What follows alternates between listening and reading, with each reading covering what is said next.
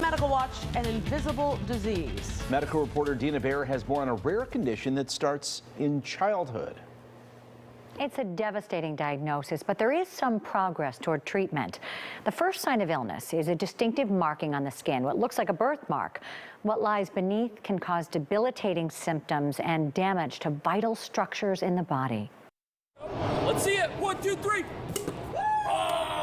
He's having a blast. Sam is a ball of energy, but he is also the happiest, kindest third child that I know. He loves his family, he loves being in the thick of it, he is fearless, and he is just fun. Looking at the 3-year-old alongside siblings Max and Maria, you'd never know his health challenges. We're just starting to learn what's going on in Sam's little body. This is Sam's arm. Anything bright here is tumor. Sam has neurofibromatosis, or NF. In young children, usually the presenting sign is birthmarks that we call cafe au lait spots, coffee with milk. We call them birthmarks, but they're often not present at birth, but develop in the first several years of life. He had a few freckles, he had a few cafe au lait spots, and so I thought, well, look at this special kid with, just some different skin. That's okay, right? Sam showed us his. What looks like a birthmark is an indication of a deeper problem, a tumor that runs all the way down his arm. To the base of his thumb.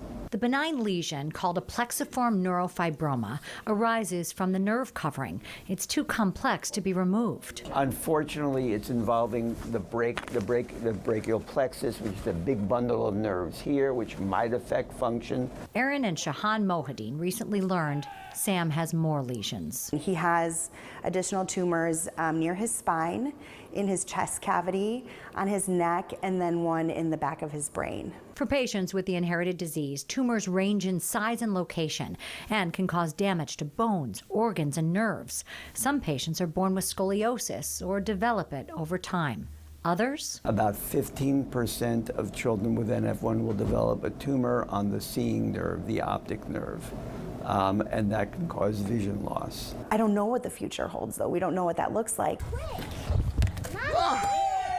At the moment, the soon-to-be preschooler is carefree, far from hindered by his condition. Knowing and showing his resilience and his zest for life in battling through this, I think is important to show. But if he does develop symptoms, there's now hope. 2020 was a horrible year for the world.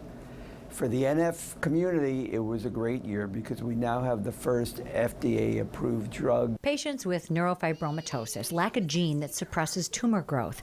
A type of drug known as a biologic, selumetinib, can prevent growth and actually shrink lesions while taking away the pain. This is a life changer, and it's going to be a life changer for many kids with NF1. Knowing that that's always an option, and knowing that that's in our back pocket in case something goes, wrong with Sam to need that is great. The Children's Tumor Foundation has resources for patients and families. We have links on our website, including information about an upcoming event in the Chicago area. Back to you.